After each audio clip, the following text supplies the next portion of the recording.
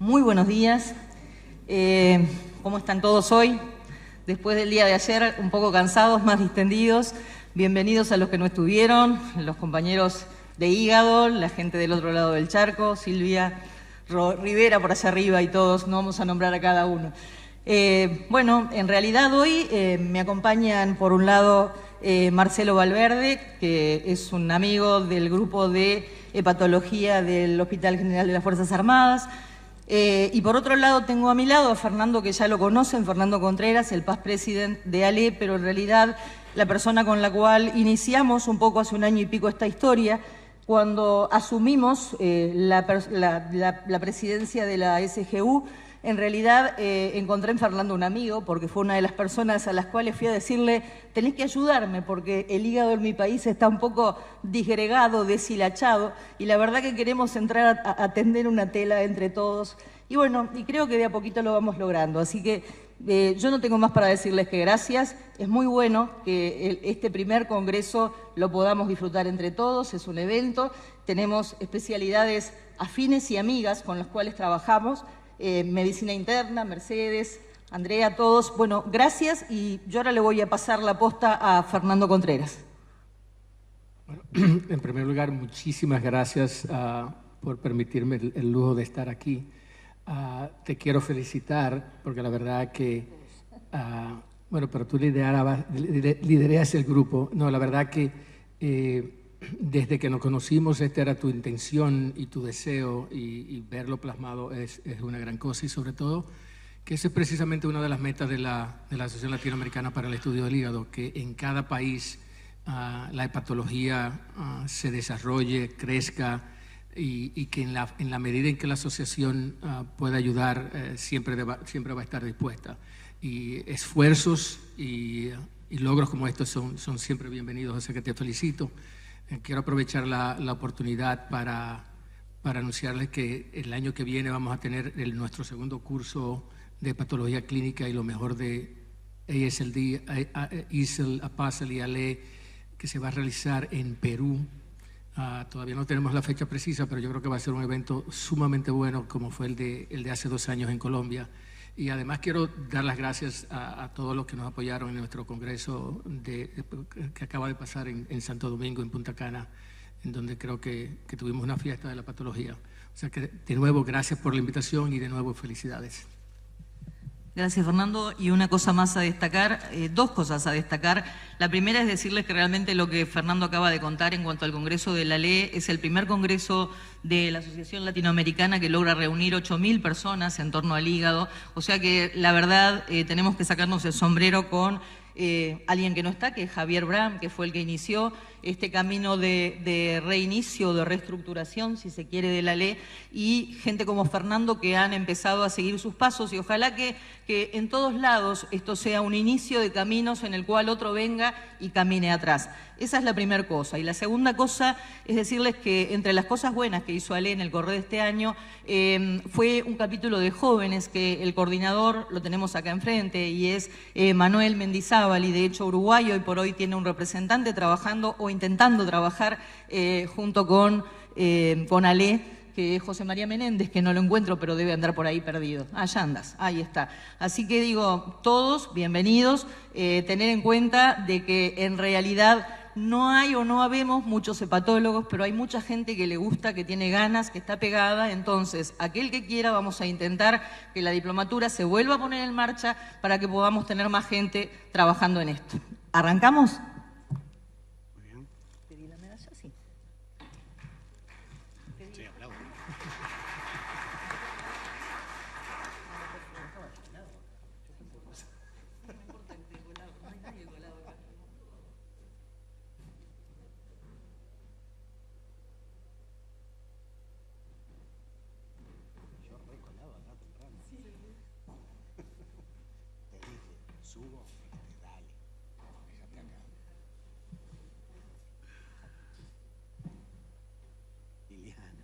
Hola, buenos días. Vamos a empezar con la mesa de fallo hepático agudo sobre crónico, por lo cual vamos a invitar al doctor Manuel Mendizábal, médico hepatólogo de la Unidad de Hígado y Trasplante Hepático del Hospital Universitario Austral, Pilar, Argentina, al doctor Marcelo Valverde, médico hepatólogo del Hospital de las Fuerzas Armadas, y a la doctora Iliana Pedemonte, médica intensivista de la unidad de trasplante del Hospital de las Fuerzas Armadas. Martín Elizondo, médico de la unidad de trasplante del Hospital de las Fuerzas Armadas, quien nos va a presentar el caso clínico. Buen día para todos. Lo que vamos a presentar es el caso clínico sobre falla hepática aguda sobre crónica. La idea es contar una historia clínica a un paciente y a partir de interrogantes diagnósticas y terapéuticas que van a surgir a lo largo de la historia, ir haciendo preguntas. El caso clínico se trata de un paciente de 35 años, de sexo masculino, es un alcoholista intenso, un alcoholismo de 15 años de evolución, 3 litros de vino día, que en los últimos días abandona 10 días antes de la consulta. No tenía otros antecedentes personales a destacar. El motivo de consulta del paciente fue distensión abdominal y dicha distensión abdominal llevaba de 1 a 2 meses de evolución con edemas progresivos de miembros inferiores, agregando 10 días antes de la consulta ictericia, sin dolor abdominal, estando en apirexia y sin sangrado digestivo. Al examen físico del paciente se encontraba vigil, bien orientado en tiempo-espacio, con una bradisiquia, euneico, saturando 97% al aire, con una presión arterial de 160 y una frecuencia cardíaca de 90. No tenía elementos a destacar del examen cardiovascular y pleuropulmonar, destacándose una ictericia universal sin lesiones en piel, con un abdomen distendido, con una matidez desplazable, sin dolor a la palpación, y en lo psiconeuromuscular un flapping sin focalidad neurológica. De la analítica sanguínea, desde el punto de vista hepatológico, tenía un aumento de la bilirrubina, con una bilirrubina total de 17, a predominio de la directa, unas enzimas con una TGO y TGP en el entorno de la 300 a 250, una fosfatasa alcalina algo aumentada y una albúmina de 2,5. La función hepática estaba alterada con un TP de 27%, con un INR de 2,59, una función renal conservada, una creatinina de 0,90 y desde el punto de vista hematológico una hemoglobina de 8 con 13.600 blancos a predominio neutrófilo y unas plaquetas de 57.000. Los reactantes de fase aguda tenían una PCR elevada de 45 con una procalcitonina en el límite de la normalidad.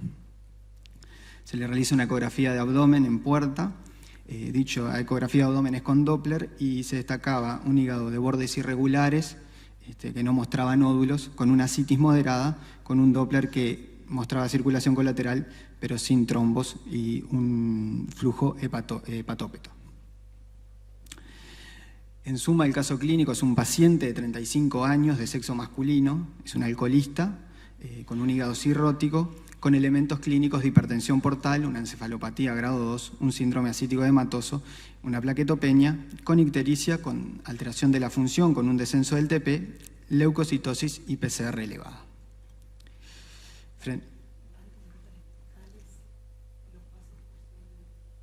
Bueno, perfecto.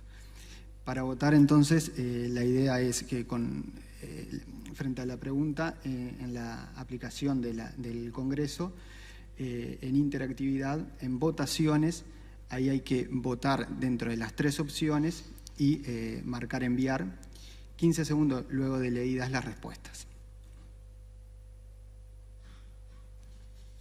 Y la primera pregunta frente al caso clínico es si estamos frente a un paciente que tiene una cirrosis hepática descompensada, si este cuadro constituye una falla hepática aguda sobre crónica, o se trata de una falla hepática fulminante.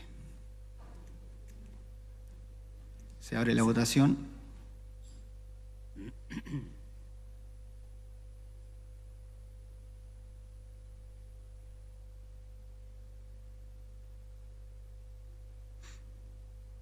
Se cierra la votación.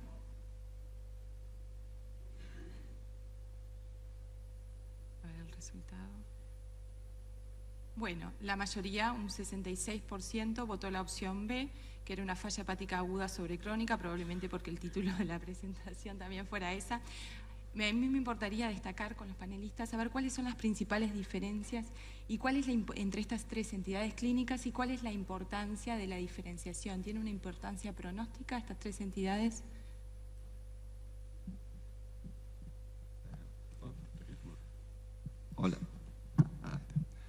Bueno, sí, que claramente tienen las tres entidades implicancias pronósticas diferentes. A mí me gustaría remarcar algún punto que me llamó la atención del caso, es que estamos hablando de un paciente de 35 años ya cirrótico por alcohol, ¿no? Es una edad un poco temprana, no digo que no pueda suceder, pero es un poco temprana para tener cirrosis por solo consumir alcohol. Dentro del manejo del paciente, de ir tratando todos los eventos de descompensación aguda que se van llevando a cabo, también sería interesante ir buscando otras causas de hepatopatía crónica, como puede ser, por ejemplo, una hepatitis autoinmune, si bien el paciente es masculino, pero así sucesivamente tratar de descartar otras causas que hayan sido potenciadas por el alcohol mismo, que el consumo era bastante elevado. Y en cuanto a la evolución, sí, claramente el orden de mortalidad o de mal pronóstico está en el mismo orden que aparece en la diapositiva. La cirrosis hepática descompensada nos da tiempo de pensar y de ir tratando las descompensaciones. La falla hepática aguda sobrecrónica ya empieza a haber afectación de otros órganos más allá del hígado. Y la falla hepática fulminante, ya como el nombre lo dice, fulmina directamente al hígado, y el espacio y el tiempo es a contrarreloj.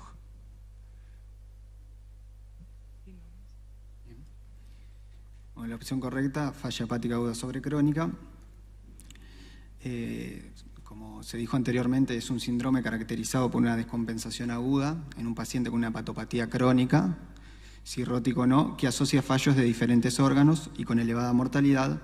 En nuestro caso, el paciente tenía la falla hepática, una bilirruina mayor a 12 y una falla de la coagulación con un INR mayor a 2,5, como vemos en el gráfico ahí. Y la mortalidad elevada a corto plazo y el mal pronóstico lo podemos diferenciar entre lo que es una cirrosis descompensada, una falla hepática crónica, frente a una falla hepática aguda sobrecrónica. La siguiente pregunta es cómo valora la severidad del cuadro actual, o sea, estando frente a una falla hepática aguda sobrecrónica, cuál es la severidad del mismo, y las tres opciones son, según el número de fallas orgánicas que tiene el paciente, con el score de Mel sería la opción B, dado que el CLIP-SOFA, que es el score que se utiliza para el diagnóstico, sirve solo para el diagnóstico, o dada la gravedad del paciente se debe utilizar un score para tal fin, como se utilizan otros pacientes de cuidados intensivos, como es el Apache. Se inicia la votación.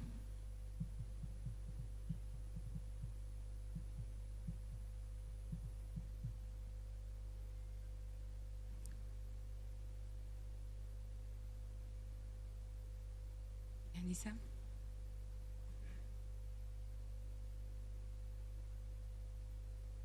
Bien, la mayor parte optaron, el 58% optó por la opción B.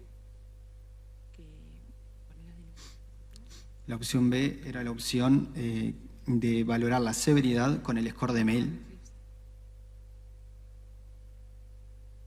Bueno, ¿qué opinan los panelistas al respecto? ¿Utilizan el score de Mel para evaluar el pronóstico de estos pacientes?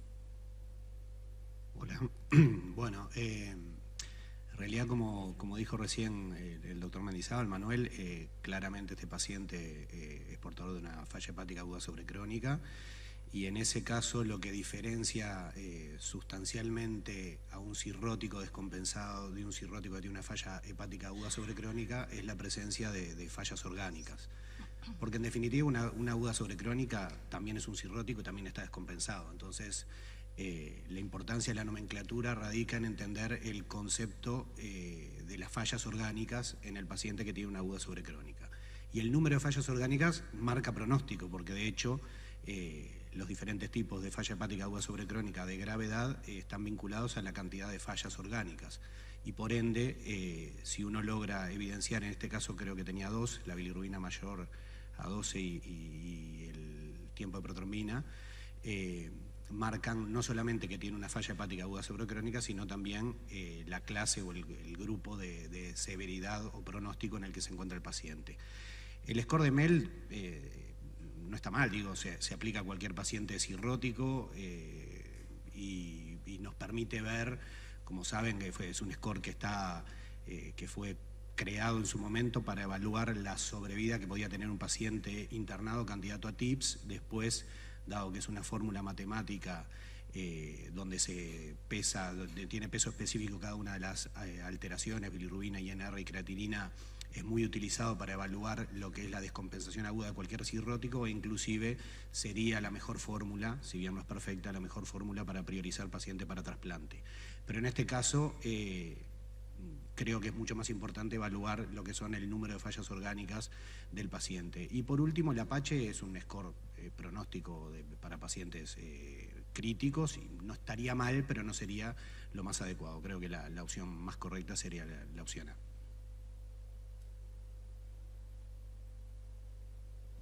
Bien, entonces la severidad del cuadro lo vamos a valorar según el número de fallas orgánicas.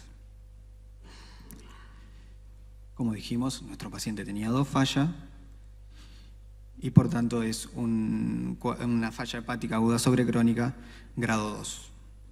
Esto es importante porque, como vamos a ver a continuación, el grado de la falla hepática aguda sobrecrónica tiene implicancias en la mortalidad, sobre todo a los 28 días y a los 90 días. Estos pacientes, en realidad, si uno va a valorar el grado de esa falla, lo puede calcular. Existen distintos métodos, puede ser a través de internet o con aplicaciones en los cuales uno va agregando cada una de las fallas que tiene el paciente y de las alteraciones de cada uno de los 6 sistemas, y puede finalmente calcular el grado de falla, como en este caso nuestro paciente, que era una falla hepática grado 2. Si uno agrega 2 elementos más, que viene a ser la edad del paciente y los glóbulos blancos con los cuales se presenta, ese score da un score final que se puntúa del 1 al 100, y en este caso nuestro paciente tenía una probabilidad de mortalidad al mes que era de 21% y a los 12 meses de 51%, lo que habla de la gravedad del cuadro.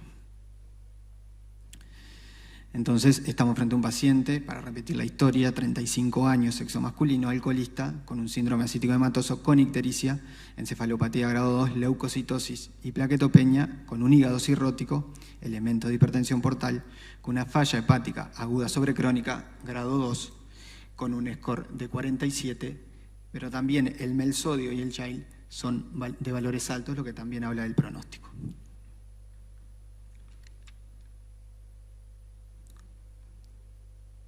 Otra vez lo mismo, este es el algoritmo frente al paciente. Uno tiene que calcular las fallas con las que llega cuando es admitido en un servicio de emergencia y a partir de ahí valorar la severidad. Frente al paciente, entonces, uno se tiene que preguntar, una vez diagnosticada la falla hepática aguda sobrecrónica, si existió alguna causa precipitante. Y las opciones, en el caso del paciente nuestro, en la primera opción es que no presentó causa precipitante, debido a que, como ocurre en la mayoría de estos pacientes, no hay una causa precipitante.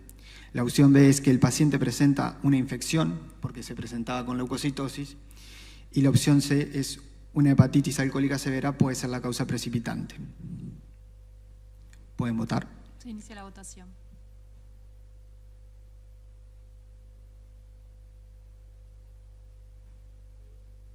Mientras votan, no sé si alguno de los panelistas, Ileana o Marcelo, quieren hacer alguna acotación al respecto. Bueno, hay que tener en cuenta que estos pacientes ya de por sí, al tener una hepatopatía crónica, ya tienen una predisposición importante a tener tipos de descompensaciones de cualquier tipo que pueden afectar de forma medianamente grave al paciente, así que en ellos ya las ingestas alcohólicas copiosas pueden determinar de por sí una hepatitis alcohólica severa que actúe como elemento descompensador de su falla hepática. Así que para estos pacientes es imprescindible de inicio ya tener una adecuada profilaxis de esos elementos descompensadores. Gracias, Ileana. Bueno, ahí vemos el resultado de la votación, opción C. Recordanos, Martín, ¿cuál era la opción? La opción C era que estábamos frente a un paciente que tenía una hepatitis alcohólica severa, uno de los planteos, como causa precipitante de su falla hepática aguda sobrecrónica. Bien, ahí está, ahí es la respuesta correcta y que Iliana nos hablaba al respecto.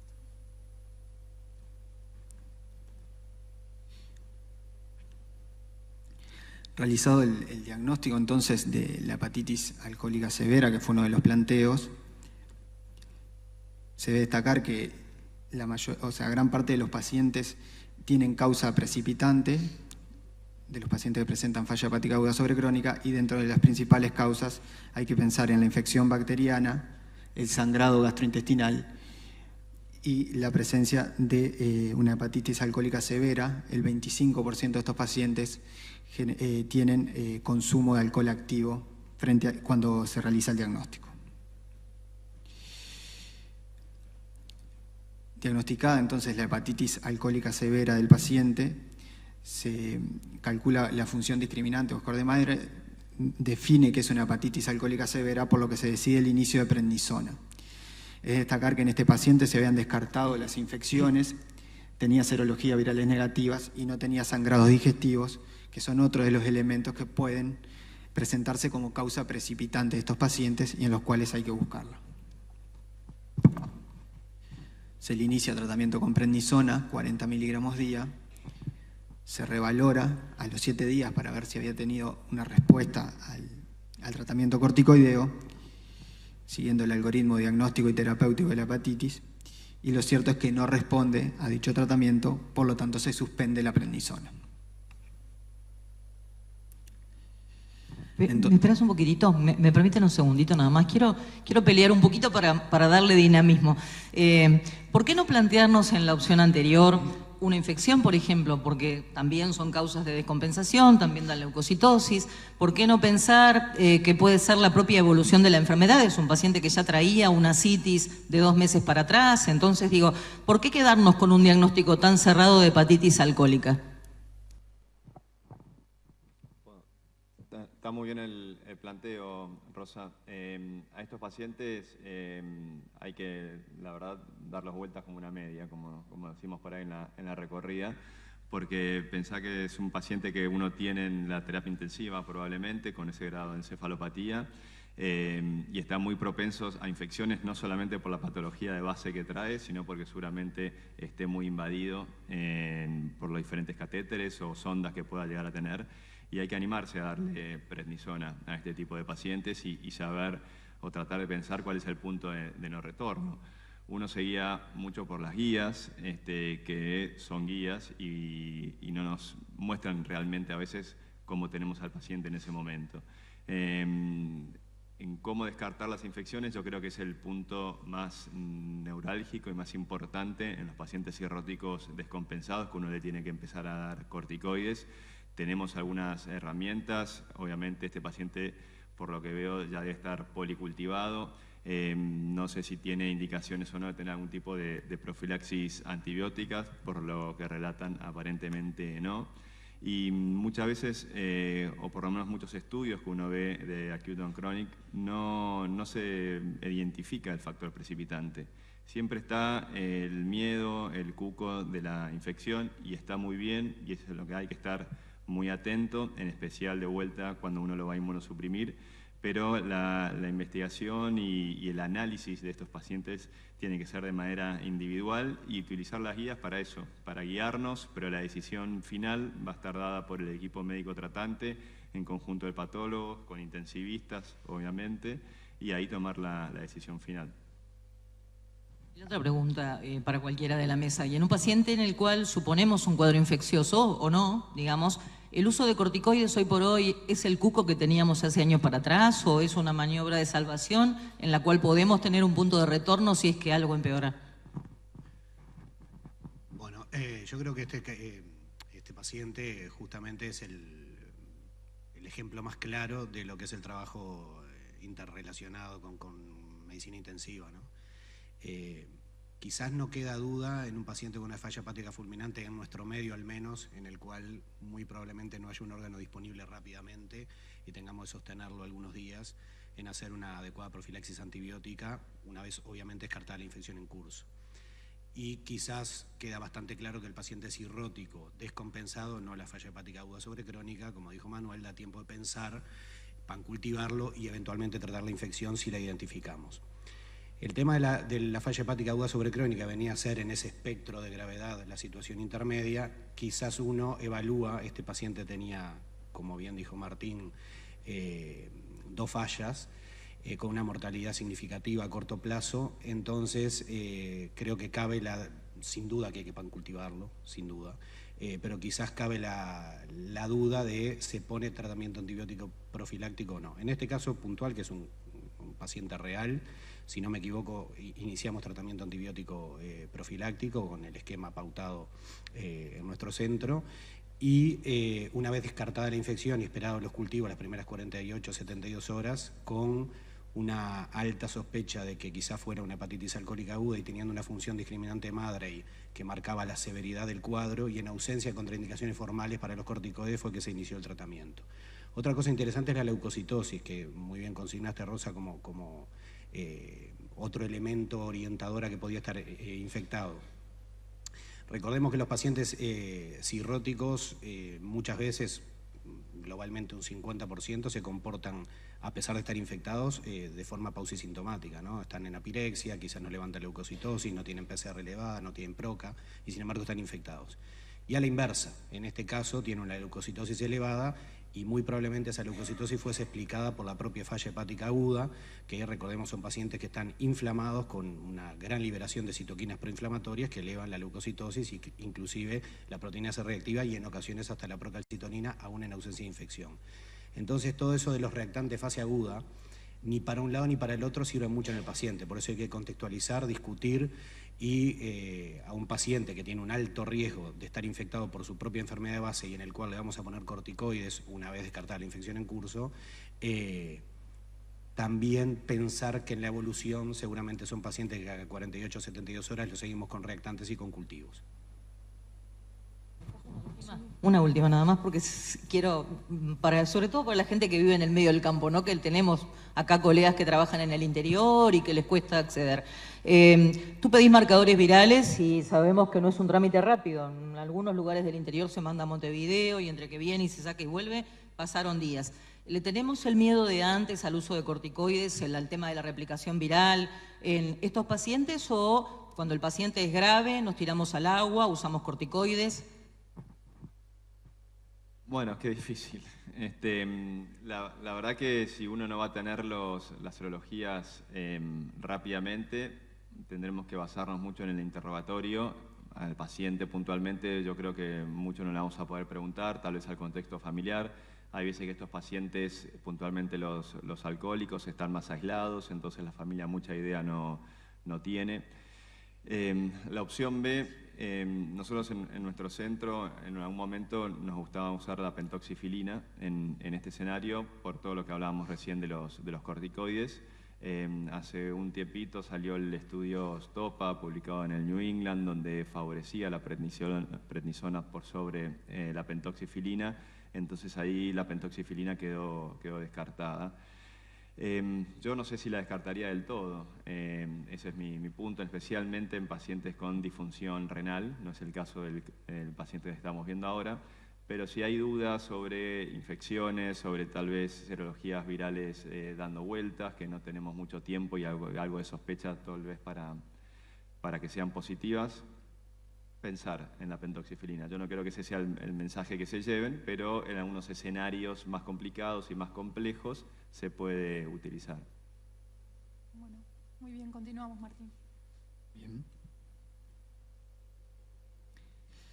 Entonces, frente a las opciones terapéuticas del paciente, dado el tratamiento es de sostén y la corrección de fallas orgánicas que presenta, dado que la resolución del cuadro es espontánea, la siguiente opción sería si debe iniciarse la evaluación en vistas a un probable trasplante hepático, dada la alta mortalidad de la falla hepática aguda sobrecrónica y la ventana terapéutica estrecha de la misma, o la última opción, si tiene indicación de trasplante hepático por su cirrosis, pero no está en oportunidad por presentar una falla hepática aguda sobrecrónica. Se inicia la votación, tenemos 8 segundos. porque estamos cortos de tiempo, pero en realidad acá sigue como la idea de lo que estuvimos hablando, de la gravedad, ¿verdad? No sé si el panel quiere aportar algo en estos minutitos. ¿Querés que...? Bueno. Sí, este paciente ya una cirrosis descompensada, uno debe pensar en la evaluación para trasplante. Ahora hay que analizar los diferentes escenarios, ¿no? Alcoholismo activo, antes era un tabú y ya una contraindicación para el trasplante.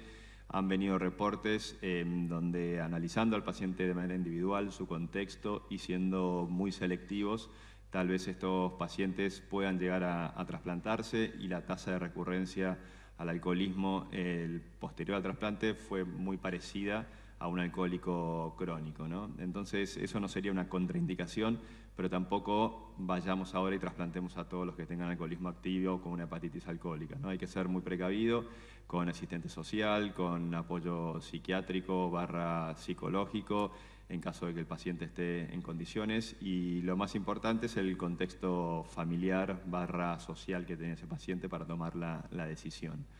Y en cuanto al timing para el trasplante, la falla hepática aguda sobre crónica per se no es una contraindicación para trasplante, todo lo contrario, pero sí hay que evaluar el punto de no retorno, ¿no? Ya cuando el paciente está demasiado enfermo para trasplante. Entonces ahí, la verdad que por más que tengamos un hígado a disposición, no sé si el paciente se va a beneficiar con el trasplante, y siendo un órgano escaso y un recurso muy limitado, hay que ser muy selectivo a la hora de ver a quién uno le pone el hígado, ¿no? Entonces, es un escenario muy complejo, hepatitis alcohólica aguda, en plan de trasplante, sí o no, cuándo trasplantarlo. Por las fallas orgánicas que vamos viendo hasta el momento, uno piensa que podría andar bien, pero bueno, hay que ver la evolución y cómo está el paciente el día que aparece el órgano. Un comentario nomás. Sí.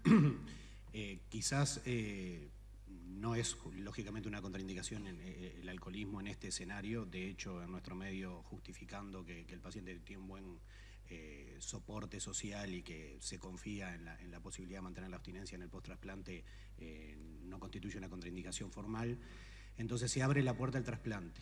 Y como dijo Manuel, muchas veces el paciente empeora, se torna prácticamente que intrasplantable, y ahí se cerraría la puerta. Pero entre que se abre y se cierra, o la puerta o la ventana, hay un montón de golpeteos, porque el gran problema es si en ese curso de la posibilidad de trasplante, antes de bajar definitivamente la cortina por gravedad, hay muchas veces que se infectan, como decíamos hoy. Entonces el paciente quizás ingresa en lista y muchas veces hay que inactivarlo por procesos infecciosos intercurrentes que contraindican transitoriamente el trasplante. Eso es lo que hace que sea muy complejo y de discusión diaria, porque muy probablemente el paciente ingresa en lista, lo tenemos en lista activa, pero como decía hoy, cada 48, 72 horas los pancultivamos, le hacemos reactantes, quizás con tratamiento antibiótico profiláctico, pero la peoría de los reactantes, la aparición de un cultivo positivo, hace que transitoriamente haya que sacarlo de lista o inactivarlo transitoriamente. Entonces eso hace la situación mucho más compleja aún en cuanto a la dinámica del timing de trasplante.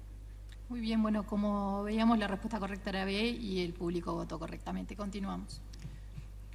El paciente es evaluado para trasplante hepático, no tenía contraindicaciones para el mismo, se inicia profilaxis con antibiótico y antifúngica, y a los 10 días del ingreso presenta una peoría clínica con tos y expectoración mucosa, con controles subfebriles, empeora su encefalopatía, que es grado 3, desatura al aire, con una frecuencia cardíaca de 100, con una PA que sigue en 110/60, pero crepitantes en el tercio inferior de ambos hemitórax, peoría desde el punto de vista analítico, con aumento de la bilirrubina, con una peoría caída del TP, que cae 21%, y aumento de los reactantes de fase aguda, una PCR que sube a 73 y una procalcitonina de 2. Lo cierto es que el paciente empeora desde el punto de vista respiratorio, está polimneico, desatura, termina en una intubación orotraqueal, con asistencia respiratoria mecánica, necesidad de hemodiálisis con ultrafiltración y necesidad de aporte con noradrenalina. Se confirma el diagnóstico de una neumonía intrahospitalaria, sin aislamiento microbiológico. Y para finalizar, la última pregunta es: ¿qué conducta uno tomaría frente a este paciente? Si reestadifica el grado de falla hepática aguda sobrecrónica, dado lo dinámico del cuadro, y de ser grado 3 se limita el esfuerzo terapéutico, que fue algo de lo que se habló recientemente. Si actualmente estamos frente a una falla hepática fulminante y por lo tanto ingresa a lista de emergencia. Y la última opción es si se reestadifica el grado de la falla hepática aguda sobrecrónica, se continúa el tratamiento de las complicaciones, las medidas de sostén, intentando una ventana terapéutica para la oportunidad del trasplante. Bueno, se abre la votación, tenemos poquito tiempo, 5 segundos. No sé si queremos... Perdón. No, acá sigo un poco con lo que decía Marcelo también. Se reestadificó al paciente, sí, es cierto, es grado 3, pero eso no implica que ya le tenemos que soltar la mano al paciente. Estos son, como recién dijimos, puertas que se abren y se cierran pensando en el trasplante, no en el tratamiento del paciente. En este momento la puerta del trasplante está cerrada, tiene una infección activa en curso. Uno desearía poder acomodar al paciente, la enfermedad está muy avanzada, no sabemos si lo podremos lograr y conceptualmente, para confirmar, no es una falla hepática fulminante, nunca lo será, el paciente ya tiene una hepatopatía crónica conocida y el hecho que el cuadro se vaya deteriorando no quiere decir que cambie de diagnóstico. Ahí está, entonces, como vemos, la opción correcta es la C. Se recalcula el estado, la severidad del cuadro y como vemos tiene una mortalidad al mes que llega al 87% y una mortalidad a los 12 meses casi del 100%. Y bueno, la duda es qué se hace frente a este paciente, si se limita el esfuerzo terapéutico o no, que es una duda que hay que discutirla en conjunto, ¿no?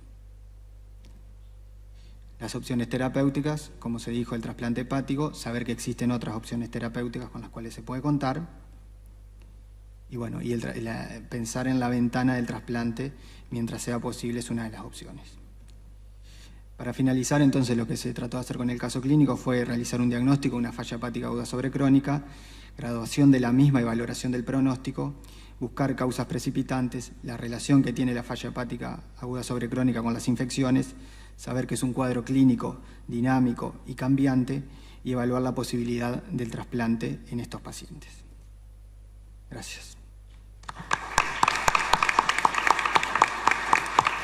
Muchas gracias, Martín. ¿Alguien del público quiere hacer algún comentario? Estamos un poquito cortos de tiempo. Si no, pasamos a la siguiente parte. Bien, invitamos al doctor Mendizábal al cierre de conceptos.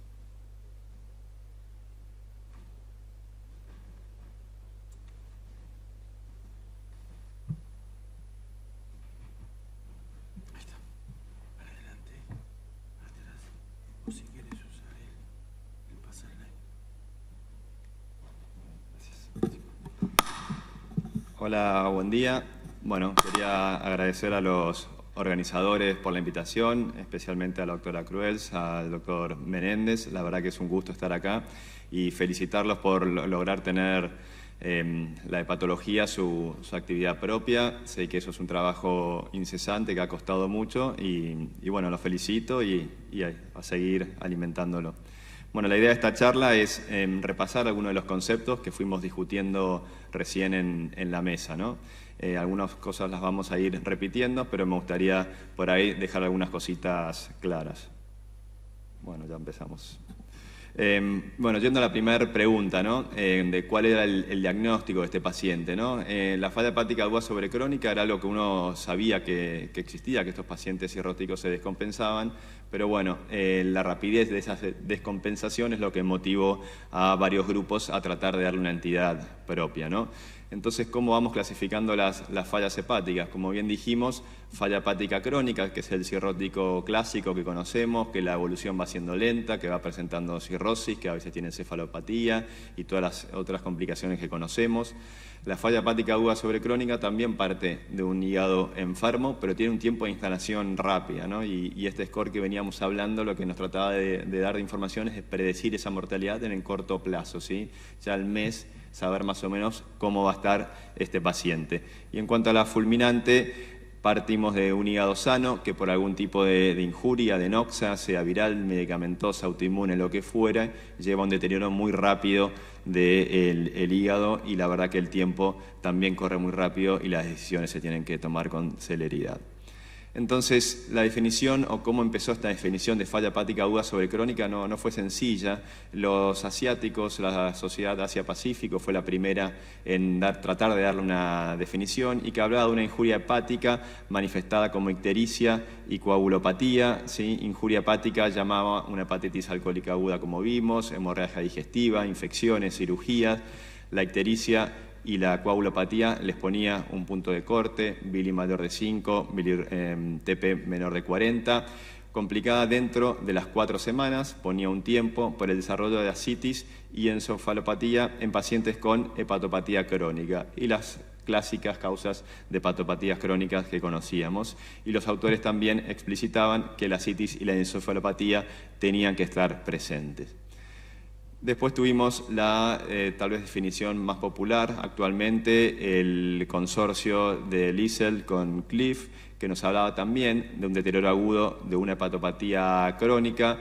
La afección hepática ya es la que todos conocíamos de ese paciente, que generalmente se relaciona a un evento precipitante. Los eventos precipitantes siguen siendo los mismos, infecciones, hasta cirugías, hepatitis virales, que se asocian a una elevada mortalidad a los 3 meses por falla multiorgánica, ¿sí? No solamente falla hepática, sino del resto de los organismos.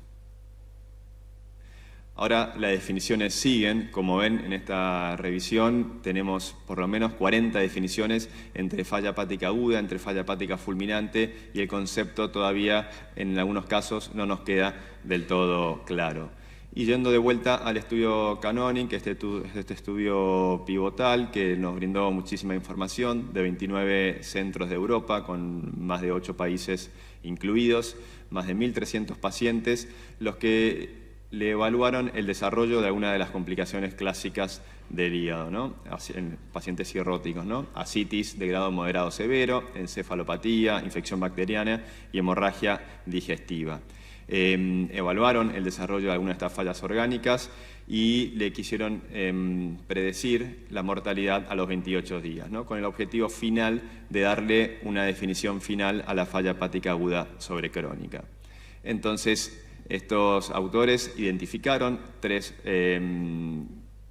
fallas orgánicas o 3 factores de riesgo relacionados con la mortalidad, que es la presencia de 2 o más fallas orgánicas, una sola falla orgánica, ya la renal per se, o una falla orgánica no renal, pero que tenga algo de disfunción renal asociada o no a la encefalopatía. De esta corte de más de 1.300 pacientes pudieron identificar que 31% de los pacientes cumplían algunos de estos criterios y fueron caracterizados como falla hepática aguda sobre crónica, mientras que los 2/3 restantes prácticamente quedaron como falla hepática crónica o cirrosis descompensada. Y la pregunta que se hacían los autores es si esto realmente sirve y tiene una mortalidad diferente. Bueno, en definitiva, sí, y era algo que lógicamente todos esperábamos, ¿no? Un cirrótico con más complicaciones, lógicamente le va a ir peor, y este gráfico lo demuestra muy bien en la mortalidad tanto al mes como a los 3 meses. Ahora, si también analizamos la sobrevida a los 90 días libre de trasplante hepático, lógicamente los pacientes con falla hepática aguda sobre crónica se trasplantaron mucho más en este tiempo. De vuelta hablábamos de esos periodos de ventanas que se abren y que se cierran. Muchos centros de trasplante aprovechamos el momento de que el paciente se descompensa para actualizar su Melden lista y aprovechar y poder trasplantarlo, siempre y cuando que no tenga una contraindicación formal. En este caso, lo que uno más teme son las infecciones. Ahora, siguiendo con la evolución del caso que vimos, ¿cómo valoramos la severidad de los cuadros, ¿no? Y acá tenemos más información que nos brindó este estudio, ¿no? Y de vuelta, la misma diapositiva prácticamente que les mostré, con los diferentes grados de acute on chronic, ¿no? Grado 1, grado 2, cuando ya aparecen más de 2 fallas, y grado 3, cuando son 3 o más fallas. Lógicamente, a medida que aparecen fallas orgánicas, la evolución va a ser peor, tanto al mes como a los 3 meses, tiene una mortalidad muy elevada el paciente con grado 3, que fue un poco la evolución del caso que vimos recién. Este es brevemente cómo fueron refinando el CLIF-OFF, que es el Organ Failure Score que le pusieron los de Grupo Canonic. Empezaron con un score un poco más amplio que mezclaba algunas variables de los intensivistas. Con esto trataron de simplificarlo. En gris oscuro lo que pueden ver es cuando presenta alguna de estas variables en alguno de los diferentes órganos, quiere decir que ese órgano está fallando y suma como una falla más orgánica. Ahora la otra pregunta es si existió alguna causa precipitante, ¿no? Y esto lo fuimos discutiendo un poco. Y en este estudio en puntual, fíjense, en rojo, casi la mitad de los pacientes, 44%, no pudieron encontrarle un factor precipitante, ¿sí? Lo más común fue la infección bacteriana, seguida por el alcohol y la hemorragia digestiva. Pero de todas maneras, el concepto que sacaron los autores y que me pareció muy interesante es que la presencia o no de un factor precipitante no fue pronóstico en la evolución de los pacientes, ¿no? Ahora, ¿cuáles son las situaciones posibles en una falla hepática aguda sobre crónica? Las que bien conocemos, reactivación de enfermedades crónicas, ¿sí? Como la hepatitis B, como la hepatitis autoinmune, una enfermedad de Wilson, una hepatitis alcohólica, como vimos en este caso. Y, lógicamente, están las sobreinfecciones, las hepatitis A, B y E, y la hepatotoxicidad con cualquiera de los fármacos. Es importante recordar que las causas precipitantes, primero las causas de cirrosis, no son las mismas alrededor del mundo y tampoco lo serán las causas precipitantes. Yo acá les puse algunos estudios, vemos el estudio Canonic en la tercera columna, también el consorcio europeo, el consorcio también Asia-Pacífico, y ven cómo va variando la causa de cirrosis, ¿no? El alcohol predomina en Europa y en Asia, la hepatitis C un poco más en Estados Unidos, eso lógicamente va a cambiar, la hepatitis B en China es muy frecuente, y si vamos después a los eventos precipitantes, estos son un poco más variados. Es interesante el estudio del consorcio Asia-Pacífico, se publicó el año pasado y llama la atención que ahora el evento precipitante sea el alcohol, ¿no? Previamente los estudios que veíamos estaban muy emparentados con las hepatitis virales. Bueno, esto ha cambiado en el tiempo. Yendo a nuestro país, un estudio reciente que evaluaba las causas de cirrosis, por ejemplo en Argentina, 1/3 de los pacientes presentaban hepatitis C, seguido muy de cerca por cirrosis alcohólica. Este es un estudio del Hospital Italiano donde evaluaron las causas precipitantes de falla aguda sobre crónica y los resultados fueron similares a los de estudios europeos y la infección bacteriana fue la más común.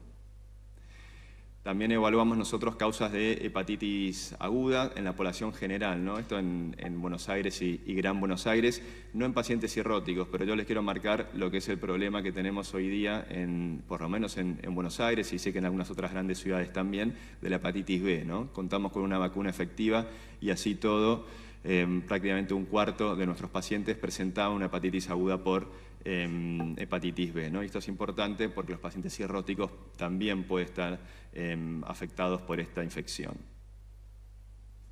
Ahora, ¿qué opciones terapéuticas tenemos con este paciente, ¿no? A todos ya nos gustaría que el paciente se trasplante, ¿no? Pero a veces tenemos que tomar algunas decisiones antes, ¿sí? Sabemos que tenemos que controlar el evento precipitante, que tenemos que darle soporte a las fallas orgánicas con drogas vasoactivas, ARM o diálisis, y existe también el hígado artificial, el trasplante hepático y algunas cosas experimentales, ¿no? Entonces, yendo al soporte hepático artificial, ¿qué utilidad o qué es lo que uno quiere sacar de esta terapéutica? Uno, que sea el puente hacia el trasplante hepático y que en el tiempo le vaya permitiendo a ese hígado regenerarse un poco y obviamente darle tiempo a las conductas terapéuticas que uno va tomando en ese momento. De esta manera uno iría eliminando algunas toxinas como el amonio, como la bilirrubina, como citoquinas proinflamatorias y benzodiazepinas endógenas, entre otras. ¿Qué soportes hepáticos tenemos? Tenemos los soportes biológicos y los no biológicos, que son los más conocidos por nosotros. Los otros están en fases experimentales. Los hígados artificiales Mars y Prometheus son tal vez los más utilizados. Son muy parecidos en el concepto. La gran diferencia es que el Mars necesita albúmina endógena, ¿sí? Mientras el paciente se va filtrando, va recibiendo una diálisis al mismo tiempo, mientras que el Prometheus tiene un filtro ya con albúmina propia y no requeriría albúmina endógena. Ahora, se han analizado estos mecanismos en pacientes con falla hepática aguda sobrecrónica, tanto con Mars y con Prometheus. Lo que vemos que la sobrevida a los 28 días no ha sido significativamente diferente entre el standard of care, entre el control habitual que uno hace de estos pacientes o en aquellos que pudieron recibir soporte hepático artificial. Ahora, si vamos al trasplante hepático, esta diapositiva la mostró en parte Martín. Si vamos del lado izquierdo, podemos ver que obviamente la sobrevida de estos pacientes va a estar muy marcada por el grado de fallas orgánicas. Nos habla de la severidad del cuadro de cada paciente y que el paciente que se trasplanta, ¿sí?, como vemos a la derecha, le va a ir mucho mejor que aquel que permanece en lista o que nunca le llegó un órgano. Este gráfico lo saqué recientemente, ahora les recomiendo el Journal of Pathology, el Journal Europeo, publica casos clínicos sobre situaciones puntuales. Este es uno de falla hepática aguda sobrecrónica, donde creo que el gráfico permite poner un poco en conjunción todo lo que venimos hablando, ¿no? Tenemos entonces un paciente de la línea roja que se viene deteriorando, cirrótico común, tiene algún evento precipitante que hace acelerar su deterioro, y ese deterioro hay que ver hasta qué punto, ¿sí?, el trasplante es una opción, ¿no? La línea punteada nos habla de la futilidad del trasplante, ¿sí? La línea verde nos habla de que ese paciente se empieza a recuperar. Ahí sería tal vez el momento ideal, ¿no? Entonces uno tiene que estar atento a cuál es la ventana terapéutica para el trasplante en estos pacientes. ¿Qué modelos experimentales tenemos? Estos son muy experimentales, son ensayos clínicos chiquititos, ¿sí? Tenemos la utilización de inmunomoduladores con factores estimulantes de colonia, fíjense, solamente 2 ensayos. Mejoraría la síntesis hepática, el mecanismo sería la movilización de células madres o células progenitoras hepáticas. Después tenemos la terapia celular, de vuelta ensayos muy pequeños con infusión de stem cells del cordones umbilicales. Esto se utilizó solamente en pacientes con hepatitis B y acute on chronic y mejoraría la sobrevida a los 6 meses. El trasplante con microbiota fetal está de moda para cualquier patología. Ahora estamos usando el microbioma para todo, o por lo menos estamos empezando a analizar para todo. Veremos con el tiempo qué información nos puede dar esto. Y hay consorcios con otras definiciones de acute on chronic, ¿no? Todos nos centramos en el canonic. Los americanos hicieron lo mismo, ¿sí? Muchos centros, menos pacientes, pero hospitalizaron pacientes con infección nada más y les buscaron fallas orgánicas, shock, encefalopatía, diálisis y ventilación mecánica. La gran diferencia con el canonic es que ellos no contemplan la falla hepática, ¿no?, en su score. La falla hepática ya es falla hepática per se, entonces después van sumando las fallas de otros órganos. Más fallas orgánicas, lógicamente mayor mortalidad, ¿sí? Y acá vemos la mortalidad de los pacientes aún con el trasplante hepático cuando tienen más de 3 fallas orgánicas. Finalmente, el último consorcio es el de Asia-Pacífico, que se llama AARC, donde la gente del Canonic estuvo presente también. Ellos otorgaron un puntaje según el número de fallas orgánicas, ¿sí?, y después evaluaron el grado de las fallas orgánicas según la presencia o no, le dieron un puntaje, a mayor puntaje, mayor mortalidad a los 28 días. Ellos dicen que su score lo compararon con el MELD, con el de Canonic, y ha tenido una área sobre la curva mejor que la presentada por otros cortes. Entonces, ¿cuál es el algoritmo final propuesto?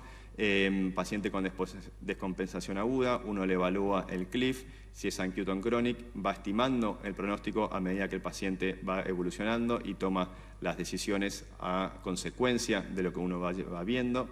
Ahora, si el paciente es tan solo un cirrótico descompensado, Bueno, utilizamos también el score que propone el Canonic, o podemos utilizar, ¿no?, el score que propone el Canonic. Vamos a ver los pacientes de bajo riesgo, de riesgo intermedio o de alto riesgo, y esto es secuencial, ¿no? Un paciente con falla hepática, con una cirrosis descompensada común y corriente que se interna, durante la internación puede desarrollar una Q-TON crónica. Entonces la evaluación va siendo constante. Se está haciendo un estudio ACLARA, que sería el Canonic latinoamericano. Está esponsoreado por la Fundación ECLIF de Barcelona. La idea es describir este mismo síndrome en Latinoamérica. Hay varios centros incluidos y también van a evaluar genómica y metabolómica y algunas cosas un poco más complejas. Para concluir, el pronóstico de la falla hepática aguda sobrecrónica va a depender del número de órganos afectados, independientemente del modelo utilizado, si usamos el europeo, el americano o el asiático. Necesitamos biomarcadores o tests que nos permitan diferenciar entre aguda sobrecrónica y crónica y así identificar potenciales objetivos terapéuticos. Y actualmente el tratamiento es de soporte y como puente al trasplante hepático. Muchas gracias. Bueno, muchas gracias Manuel y Martín, excelente presentación, un tema muy interesante. Estamos pasados de tiempo, les agradecemos a todos. Muchas gracias. Sí, cómo no. Me parece importante y agradezco las presentaciones, fueron todas muy nutritivas.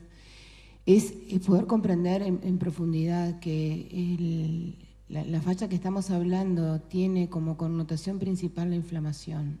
Entonces que en realidad para poder darnos cuenta si un paciente está descompensado o tiene una infección, a diferencia de esta patología, es que este paciente está inflamado.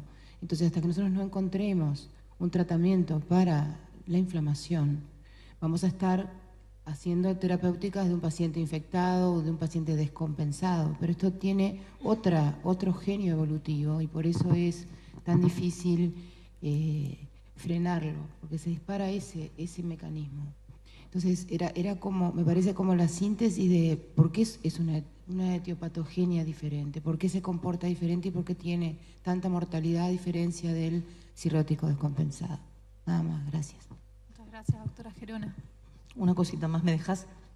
¿Puedo? Primero, gracias a todos, la mesa re útil, re linda.